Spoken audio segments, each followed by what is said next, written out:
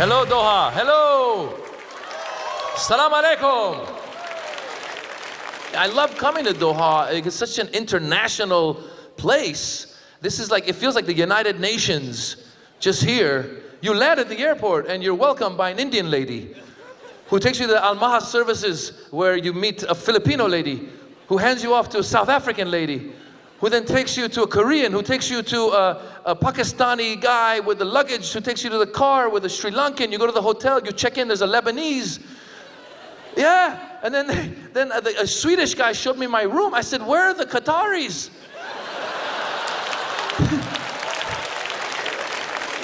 They said, no, it's too hot. They come out later. They're smart. They know. And of course, it's growing so fast. Sometimes there's growing pains, you know. Like sometimes you run into people that you think know the city well, but they don't know it that well. My Indian cab driver showed up at the W, and I asked him to take me to the Sheraton, and he said, no problem, sir. And then we sat there for 2 minutes. I said, what's wrong? He said, one problem, sir. I said, what? He goes, where is it? I go, you're the driver, you should know. He goes, no, I just arrived, sir. I go, you just arrived at the W. No, I just arrived in Doha, sir. I was on my way home from the airport, I got a job. I'm working already. He goes, sir, why don't you drive? I go, I don't know where we're going. Neither do I. It will be an adventure, sir. It is an adventure. The Middle East has been an adventure the past couple of years. Middle East is going crazy with the Arab Spring and revolution and all this. Are there any Lebanese here tonight? Any Lebanese by applause? Lebanese? Yeah, the Middle East is going crazy. You know the Middle East is going crazy when Lebanon is the most peaceful place in the region. Who would have thought? Oh my gosh. No, there's serious issues in the region. Some people don't want to talk about them. I'm here to talk about them tonight. Ladies and gentlemen of the Middle East, here's a serious issue. When we see each other, when we say hello, how many kisses are we going to do? Every country is different and it's confusing, okay? In Lebanon, they do 3. In Egypt, they do 2. I was in Lebanon, I got used to 3. I went to Egypt, I went to say hello to this one Egyptian guy. I went 1, 2, I went for 3, he wasn't into it.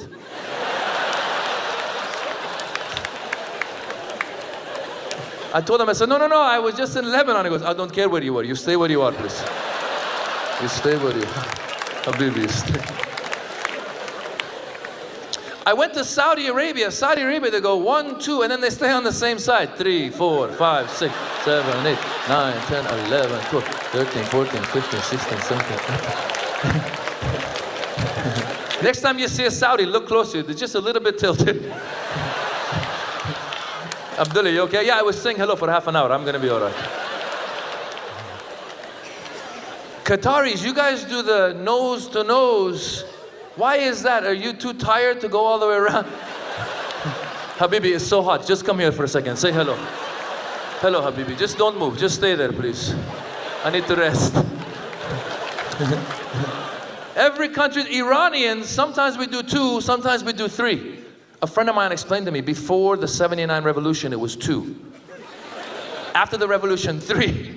So with Iranians, you can tell whose side the person's on based on the number of kisses they give you. Yeah, if you go 1, 2, 3, I can't believe you support this regime. With your 3 kisses.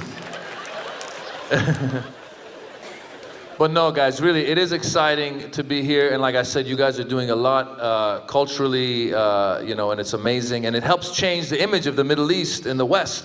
Like a lot of Americans don't know a lot about us, about the Middle East. I'm Iranian and American. I'm there. I know that you know, I've traveled here. There's so much. We laugh, right? People don't know we laugh. When I did the Axis Evil comedy tour, it came out on Comedy Central. I went online to see what people were saying about it. I ended up on a conservative website. One guy wrote another guy, said, I never knew these people laughed. Think about it. You never see us laughing in American film or television, right? Maybe like an evil, like, whoa, whoa. I will kill you in the name of Allah. Whoa. But never like, ha, ha, ha, ha, ha, ha. We like to laugh, we like to celebrate life. And I wish more Americans would travel here. I always encourage my friends, travel, see the Middle East. There's so much to see, so many good people. And it's vice versa. And it helps stop problems of misunderstanding and stereotypes of happening. For example, I don't know if you heard about this. A little while ago in the US, there was a Muslim family walking down the aisle of an airplane, talking about the safest place to sit on the plane.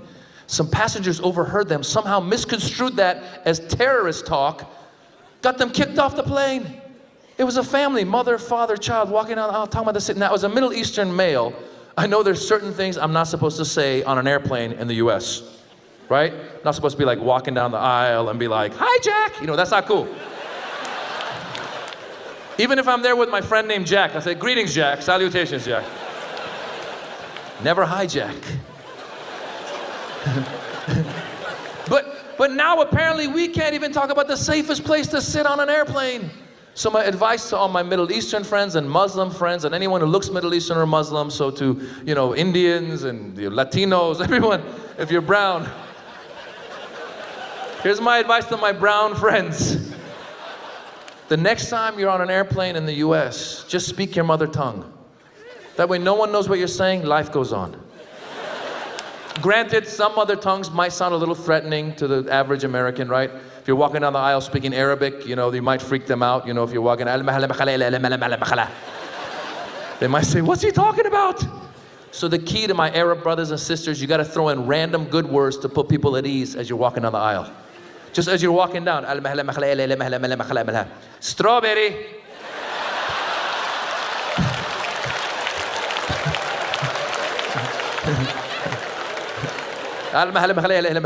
Rainbow. Tutti frutti. I think he's gonna hijack the plane with some ice cream. Thank you very much. Have a good night. Thank you, Ted.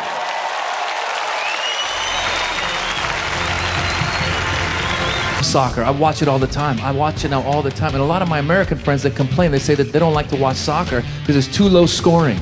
It's too low scoring. This is what I tell them, you gotta watch the game from the beginning. Because the excitement in soccer, the excitement builds. The excitement, it's a very orgasmic game. If you watch soccer from the beginning, from the oh my God, that was close, that was close, that was close, that was close. But that's where the analogy with sex ends, okay? After that, sex and soccer are very different, all right? Because in soccer, you actually want to outscore your opponent. In sex, you do not want to outscore your opponent.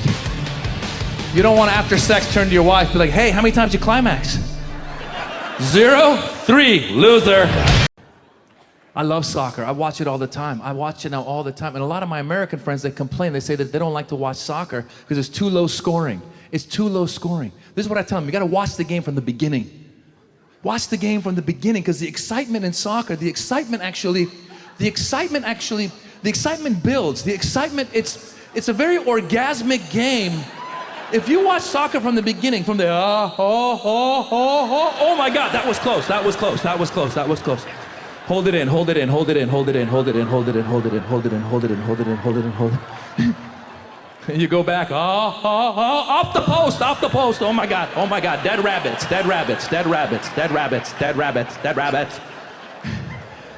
Even when they score, the announcer is very orgasmic. Goal! You're like, yeah! But that's where the analogy with sex ends, okay? After that, sex and soccer are very different, all right? Because in soccer, you actually want to outscore your opponent. In sex, you do not want to outscore your opponent.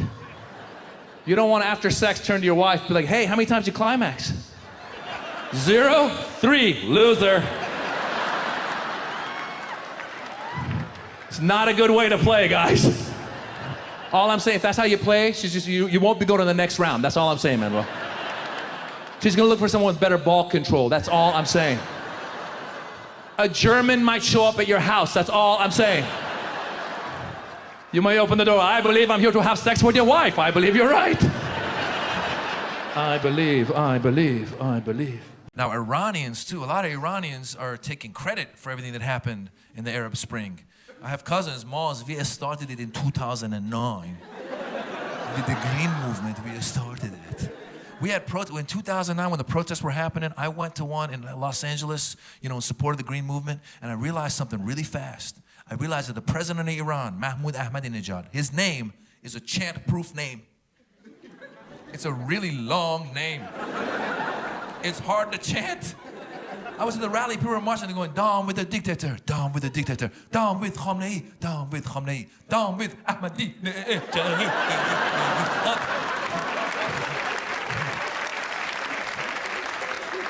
The name is too long. But Eugene Iranians were resourceful. We took the name Ahmadinejad, cut it in half to Ahmadi. And then we took the words bye-bye and we Iranianized it. What I mean by that, we slowed it down. So bye-bye became bye-bye. Bye-bye. So the chant in the rally became Ahmadi boy-boy, Ahmadi boy-boy. Hey, Ahmadi boy-boy, Ahmadi boy-boy. Hey, Ahmadi boy-boy, Ahmadi. Yeah, it was crazy. Went from a rally to a party, just like that.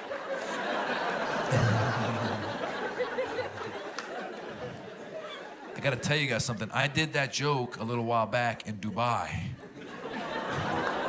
In the middle of it, I was like, oh my God, I'm really close to Iran.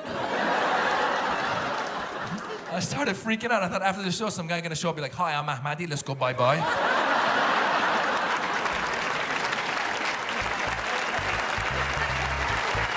Just a joke, man.